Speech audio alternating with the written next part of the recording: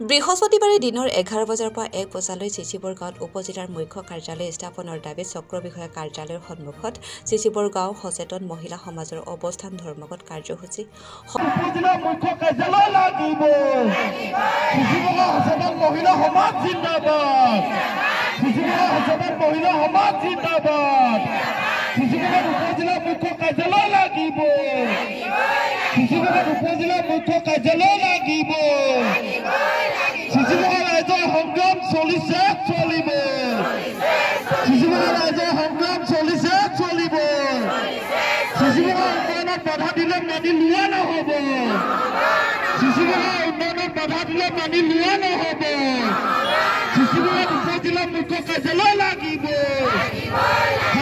ষষ্ঠ দিনত ভৰি দিলে চিচিবৰগাঁও উপজিলা কাৰ্যালয় দাবী সমিতিৰ প্ৰতিবাদ প্ৰতিদিনে অংশগ্ৰহণ চিচিবৰগাঁও ধেমাজি মৰিঢল নীলখ মাছখোৱা গড়মৰা আৰু চিলা পথাৰৰ বিভিন্ন অঞ্চলৰ ৰাজনৈতিক সামাজিক আৰু সচেতন ব্যক্তিসকল উল্লেখ্য যে নৱবৰ্ষৰ আনন্দ উল্লাসক ম্লান পেলাই এই ইংৰাজী নতুন বছৰটোতে চিচিবৰ গাঁৱত ধাৰাবাহিকভাৱে চলি আছে নিজৰ অধিকাৰ প্ৰাপ্য বিচাৰি প্ৰতিবাদী কাৰ্যসূচী বৃহত্তৰ চিচিবৰগাঁও অঞ্চলৰ ৰাইজৰ দীৰ্ঘদিনীয়া আন্দোলন আবেদন নিবেদনৰ শেষত নতুনকৈ চিচিবৰগাঁও সংৰক্ষণমুক্ত বিধানসভা সমষ্টিটো লাভ কৰে আৰু ইয়াৰ পাছতে ৰাইজৰ মুখ্যমন্ত্ৰীগৰাকীয়েও চিচিবৰগাঁও উপজিলা হিচাপে ঘোষণা কৰি ৰাইজৰ আনন্দ উল্লাসক অধিক বৃদ্ধি কৰে কিন্তু হঠাৎ চিচিবৰগাঁও বৃহত্তৰ ৰাইজৰ মাজত সৃষ্টি হয় এক অনাকাংক্ষিত সংশয় কাৰণ মুখ্যমন্ত্ৰীগৰাকীয়ে ঘোষণা কৰা অনুসৰি চিচিবৰগাঁও ৰাজচক্ৰৰ কাৰ্যালয়তে ঘোষিত চিচিবৰগাঁও উপজিলাৰ কাম কাজ আৰম্ভ হ'ব লাগে যদিও স্থানীয় সাংসদ প্ৰদান বৰুৱা আৰু বিধায়ক ভুৱন পেগুৱে চক্ৰান্ত কৰি ৰাজনৈতিক উদ্দেশ্য প্ৰণোদিতভাৱে বৃহত্তৰ চিচিবৰগাঁও ৰাইজৰ উন্নয়নত বাধা দি প্ৰাপ্য অধিকাৰৰ পৰা বঞ্চিত কৰি চিচিবৰগাঁৱত উপজিলাৰ মুখ্য কাৰ্যালয় চিচিবৰগাঁৱৰ পৰা অন্য ঠাইলৈ নিয়াৰ জোৰ-জাৰ চলায় সেয়েহে যোৱা 30 ডিচেম্বৰৰ পৰা চিচিবৰগাঁও উপজিলা কাৰ্যালয় দাবী সমিতিয়ে বৃহত্তৰ চিচিবৰগাঁও ৰাইজৰ সহযোগত অনিৰ্দিষ্ট কাললৈ অৱস্থান ধৰ্মঘট কাৰ্যসূচী আৰম্ভ কৰে আৰু প্ৰতিদিনে বৃহত্তৰ চিচিবৰগাঁও অঞ্চলৰ ৰাইজে এই কাৰ্যসূচীত অংশগ্ৰহণ কৰে আৰু আজিৰ কাৰ্যসূচীৰ অংশস্বৰূপে চিচিবৰগাঁও অঞ্চলৰ সচেতন মহিলা সমাজে চিচিবৰগাঁও উপজিলা মুখ্য কাৰ্যালয় চিচিবৰগাঁৱতে স্থাপনৰ দাবীত অৱস্থান ধৰ্মঘট কাৰ্যসূচী ৰূপায়ণ কৰে আৰু কাৰ্যসূচীৰ জৰিয়তে অসমৰ মুখ্যমন্ত্ৰী ডক্টৰ হিমন্ত বিশ্ব শৰ্মা আৰু জিলা আয়ুক্তলৈ একোখনকৈ স্মাৰক পত্ৰ প্ৰদান কৰে আজি আমি 6 দিন হৈছে ইয়াতে মানে ধৰ্মঘট হৈছে আমাৰ মুখ্য কাৰ্যালয় যিটো আমাৰ চিচিবৰগাঁও ইয়াতে শুনিছোঁ কোনোবা দুষ্কৃতিকাৰী মানে এইটো মানে তেখেতলোকে আমাৰ এইটো ইয়াৰ পৰা উঠাই লৈ যাব চিলাপথাৰ বা ক'ৰবাত বেলেগ এটা ক'ৰবাত ভিতৰুৱা জেগাত দিব বা কিবা এটা এনেকুৱা ধৰণৰ বুলি শুনিছোঁ গতিকে আমি পুৰণা যিখিনি আমাৰ ব্লক আজি যি ধৰণৰ আমাৰ অফিচবোৰ আছে সেইখিনিতে আমাৰ হ'ব বুলিও আমি তেখেতলোকৰ যোগেদি শুনিছোঁ গতিকে আমাৰ ইয়াতে মুখ্য কাৰ্যালয় হ'ব লাগে আৰু সেইকাৰণে আমি আজি যিমান দিনলৈকে আমি থাকিব পাৰোঁ ইয়াত ধৰ্মঘট কৰি তেতিয়ালৈকে আমি যেতিয়ালৈকে নহয় তেতিয়ালৈকে আমি ইয়াতে থাকিম বুলি সংকল্প লৈছোঁ সেইটোৱে আমাৰ উদ্দেশ্য আৰু যেতিয়ালৈকে নহয় আমি আন্দোলন এনেধৰণে চলাই যাম বুলি আমি ভাবি আছোঁ আজি আমি চিচিবৰগাঁও সমূহ মহিলা সমাজ জাগিছে কাৰণটো হ'ল আমি শেহতীয়াকৈ 2 দশক জোৰা আন্দোলনৰ পাছত আমি চিচিবৰগাঁও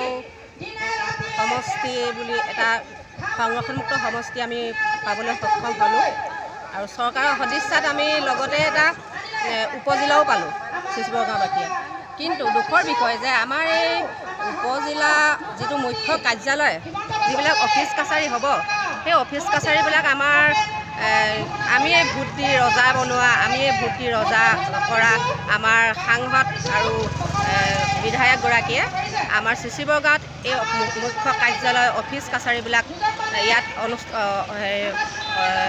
নবনাই চিলাপথাৰলৈ হস্তান্তৰ কৰাৰ এটা কু অভিসন্ধি ৰচনা কৰিছে আমি তেওঁলোকৰ এই কু অভিসন্ধি কেতিয়াও সফল হ'বলৈ নিদিওঁ আমি চিচিবৰগাঁও সমষ্টিবাসী জাগিছোঁ আজি আমাৰ আন্দোলনে আজি 6 দিনত ভৰি দিলে আমি অনিৰ্দিষ্টকালীন আন্দোলন চলাই যাম এই কাৰণে বহিলোঁ জানিলেনে আপোনালোকে নিশ্চয় জানিছোঁ আজি 6 দিন হৈছে আমাৰ আমি এই ধৰ্মঘটত আজি আমি বহি আছোঁ আজি আমাৰ মহিলাসকলক আস্থান দিছিলে গতিকে আমাৰ মহিলাসমূহ মহিলা ইয়াত যিখিনি সহায় সহযোগ কৰি আমাৰ এই কাৰ্যসূচী চলাবলৈ সুবিধা দিলে।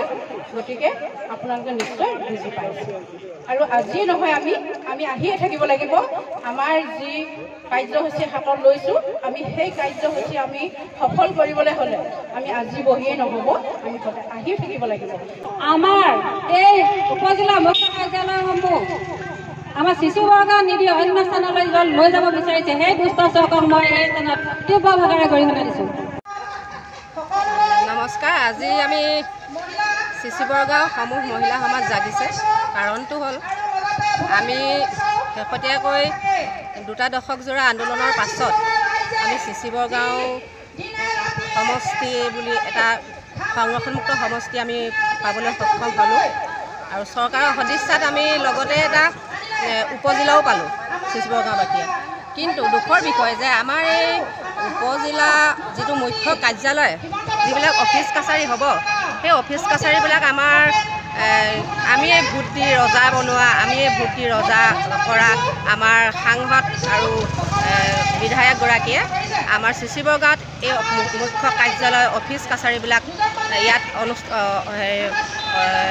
নবনাই চিলাপথাৰলৈ হস্তান্তৰ কৰাৰ এটা কু অভিসন্ধি ৰচনা কৰিছে। আমি তেওঁলোকৰ এই কু অভিসন্ধি কেতিয়াও সফল হ'বলৈ নিদিওঁ। আমি শিশুবৰ্গাঁও সমষ্টিবাসী জাগিছোঁ। আজি আমাৰ আন্দোলনে আজি 6 দিনত ধৰি দিলে।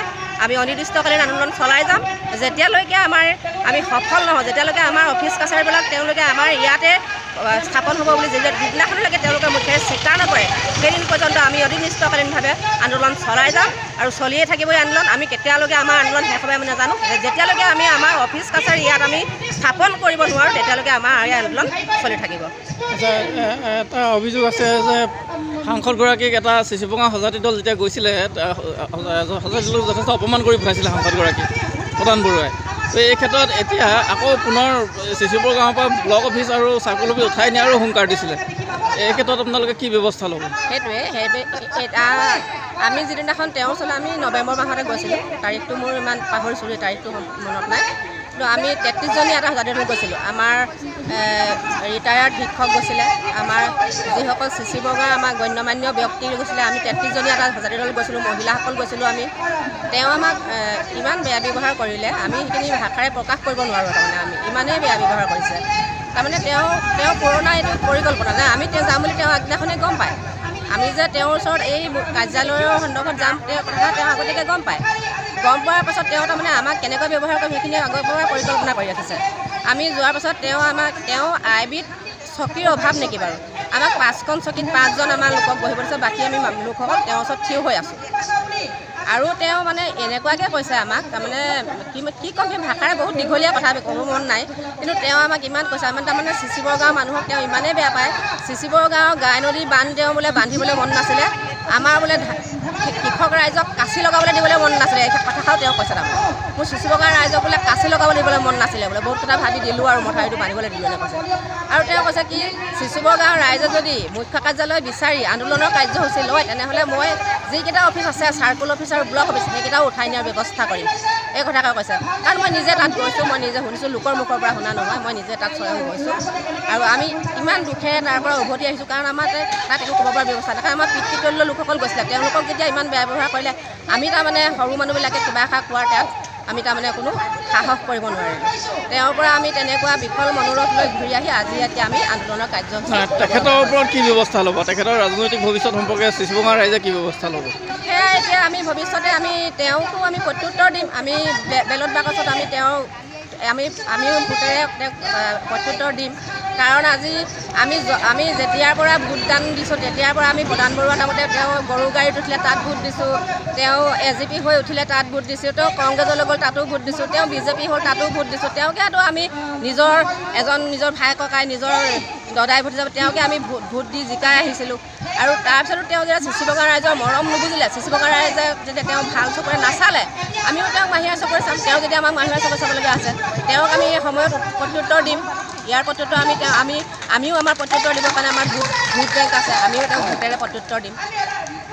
আমাৰ লক্ষ্য উদ্দেশ্যত উপনীত হ'ব বাবে আমাৰ লক্ষ্য আৰু উদ্দেশ্য আমাৰ এটাই, আমাৰ মুখ্য কাৰ্যালয় আমাৰ শিশুবৰ্গাঁৱত হ'ব লাগে।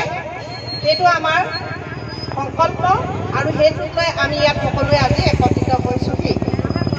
গতিকে সকলো মহিলাই আমি মহিলাই কৰিব নোৱাৰা কাম একো নাই। আমি সকলোৱে একত্ৰিত হ'লে আমি সকলো কামেই কৰিব পাৰোঁ। আমি দৰকাৰ হ'লে পুৰুষৰ লগত সমানে আমাৰ এনেও আইনমতে আমি সমানেই মানে আমাৰ সমান অধিকাৰ আছে। গতিকে আমি তেখেতলোকৰ লগত সহযোগ কৰি দৰকাৰ হ'লে আমি গুৱাহাটী ক'ত যাব লাগে, মুখ্যমন্ত্ৰীক লগ কৰিব লাগে, তেনেধৰণৰ পদক্ষেপ ল'ব লাগিব। সেয়েহে আমি দীঘলীয়া যেন আমাৰ নহওক, আমি ভাবিছোঁ আমাৰ এই ধৰ্মঘট দীঘলীয়া নহওক আৰু তাৰে কামনা কৰি আমি এই হেৰিটি আমাৰ যি কাৰ্যালয় হয় সেই কাৰ্যালয়ত আমি সকলোৱে হোৱাটো বিচাৰোঁ। সংগ্ৰামী অভিনন্দন জ্ঞাপন কৰিছোঁ আৰু শেহতীয়াকৈ হ'লেও আপোনালোক সকলোলৈ নৱবৰ্ষৰ শুভেচ্ছা জনাইছোঁ। আজি আমি ইয়াত একত্ৰিত হৈছোঁহি, আমাৰ গাঁৱৰ মহিলাসকল আহি ইয়াত আমি উপস্থিত হৈছোঁহি। আমাৰ ধান কাটি আমাৰ কঁকালৰ বিষ মাৰ নৌযাওঁতে আমি আকৌ সংগ্ৰামত লিপ্ত হ'ব লগা হৈছে। আগত আহি আছে আমাৰ মাঘ বিহু, এবাৰ মাঘ বিহু। আমি মাঘ বিহু বুলি ক'লে আমাৰ অসমীয়া জীয়ৰী বোৱাৰীসকলে কিমান কাম হয় সকলোৱে জানে। কাপোৰ ধুব লাগে, পিঠা জলপান খুন্দিব লাগে, সাজ পানী থ'ব লাগে, মৃতকৰ সকাম কৰিবৰ কাৰণে। কিন্তু আমি সকলো নেওচি আজি আমি সংগ্ৰাম কৰিবলৈ ওলাই আহিছোঁ। আমি আমাৰ দাবী, আমাৰ যিটো আমাৰ প্ৰাপ্য, আমি তাক সাব্যস্ত কৰিবৰ কাৰণে আমি সকলো একত্ৰিত হৈ ওলাই আহিছোঁ। তাৰ বাবে আমি আপোনালোক সকলোৱে ধন্যবাদ জ্ঞাপন কৰিছোঁ আৰু ভৱিষ্যতে যাতে এনেদৰে আহে আজি মই ইয়াৰ স্থানত আহ্বান জনাইছোঁ আপোনালোকক। আৰু আমাৰ যিসকল আমাৰ ওচৰ পাজৰে আমাৰ মহিলাসকল আছে থাকি আহিছে তেওঁলোককো আমি যেন হাতে হাত ধৰি আহি আমি আমাৰ সংগ্ৰামখন আমি যেন আগবঢ়াব পাৰোঁ। এই স্থানৰ পৰা আমাৰ মাননীয় মুখ্যমন্ত্ৰী মহোদয়লৈ এটা ধন্যবাদ জ্ঞাপন কৰিছোঁ। আমাক এটা সংৰক্ষণমুক্ত সমষ্টি দিছে আৰু লগত আমাৰ উপজিলা হিচাপে আমাৰ চিচুবগা ঘোষণা কৰিছে। তেওঁক এই মঞ্চৰ পৰা মই ধন্যবাদ জ্ঞাপন কৰিছোঁ। চিচুবগা মহিলা সমাজে তেওঁলৈ ধন্যবাদ জ্ঞাপন কৰিছোঁ। আৰু আমাৰ এই উপজিলা মুখ্য কাৰ্যালয়সমূহ আমাৰ চিচুবগা নিদি অন্য স্থানলৈ লৈ যাব বিচাৰিছে, সেই দুষ্ট চক্ৰক মই এই স্থানত তীব্ৰভাৱে গৰিহণা দিছোঁ। আমাৰ সন্মানীয় সাংসদ আৰু বিধায়কে দুয়োজনে এই যি ষড়যন্ত্ৰ কৰিছে তাক আমি নিন্দা কৰিছোঁ আৰু তীব্ৰভাৱে গৰিহণা দিছোঁ। আমি আমাৰ এই কাৰ্য অধিকাৰ কাৰণে আমাৰ জিলাৰ যিখিনি কাৰ্যালয় আমাৰ চিচুবগাতে হ'ব লাগে বুলি আমি কৈ যিটো দল গৈছিলে তাত ময়ো আছিলোঁ। সাংসদজনে যিটো ব্যৱহাৰ কৰিলে সেই ব্যৱহাৰ আমাৰ ঘৰখনৰ আমাৰ ঘৰৰ মানে আমাৰ চিচুবগা বাকী নালাগে কোনো আমাৰ অসমীয়া মানুহক এনেকুৱা ব্যৱহাৰ কৰিব নোৱাৰে। যিটো ব্যৱহাৰ আমাক কৰিলে বুকুত জুই এনেকুৱা জ্বলি আছে। আপোনালোক যিকেইজনে গৈছে সেইকেইজনে গম পায়। চকুকেইটা মুদিলে সেইকেইটা কথাকে কাণত আহে। আমি ইমান তলৰ মানুহ নে? আমি এনেকুৱা কথা যিজনে ভোট ভিক্ষা কৰি ঘৰে ঘৰে ঘূৰি ফুৰিছিলোঁ তেওঁলোকক জিকাবৰ কাৰণে। প্ৰধান বৰুৱাই যিদিনাৰ পৰা আমি ভোটাধিকাৰ পাইছিলোঁ সেইদিনাৰ পৰা প্ৰধান বৰুৱাক ভোট দি আহিছোঁ। প্ৰধান বৰুৱা যি দললৈ যায় আমি তেনেকৈ গৈ আমি আমাৰ উপযুক্ত প্ৰাৰ্থী বুলি আমি জিকাই আহিছোঁ। আমি এইখিনিয়ে প্ৰাপ্য তেওঁৰ পৰা আমি আশা কৰিব লাগেনে? আমি এইখিনিয়ে পাব লাগেনে? ঘৰে ঘৰে গৈ সাংসদ বিধায়কজনৰ কাৰণে ঘৰে ঘৰে গৈ তামোল পাণ পেলাই ভোট ভিক্ষা কৰি মেখেলা পতা ছিগি যোৱাকৈ গৈ জিকাই আজি এইটো অৱস্থা আমি হ'ব লাগেনে? আপোনালোকে ভাবি চাওকচোন কথাষাৰ। এই মঞ্চৰ পৰা মই উত্তৰ বিচাৰিছোঁ, কিয় আমাক এনেকুৱা বঞ্চিত কৰিব লাগে? এই ষড়যন্ত্ৰ আমি কোনোদিন সহ্য নকৰোঁ। আৰু চিচুবগাত যে কাৰ্যালয় বহাবৰ কাৰণে মাটি নাই, ঘৰ নাই বুলি তেওঁলোকে কৈ আছে। কোনোবা এদিন আহি চিচুবগা এজন সুধিছিলেহিনে যে আপোনালোকে মাটি দিব পাৰিব, ঘৰ দিব পাৰিব নোৱাৰে কাৰ্যালয়ৰ কাৰণে বুলি? তেওঁলোকে দেখোন ইলেকশ্যনৰ সময়ত ডাঙৰ সজাগতা সভা পাতে, ডাঙৰ মেল মিটিং পাতে, ভোট লাগে, ভোট ভিক্ষা কৰে।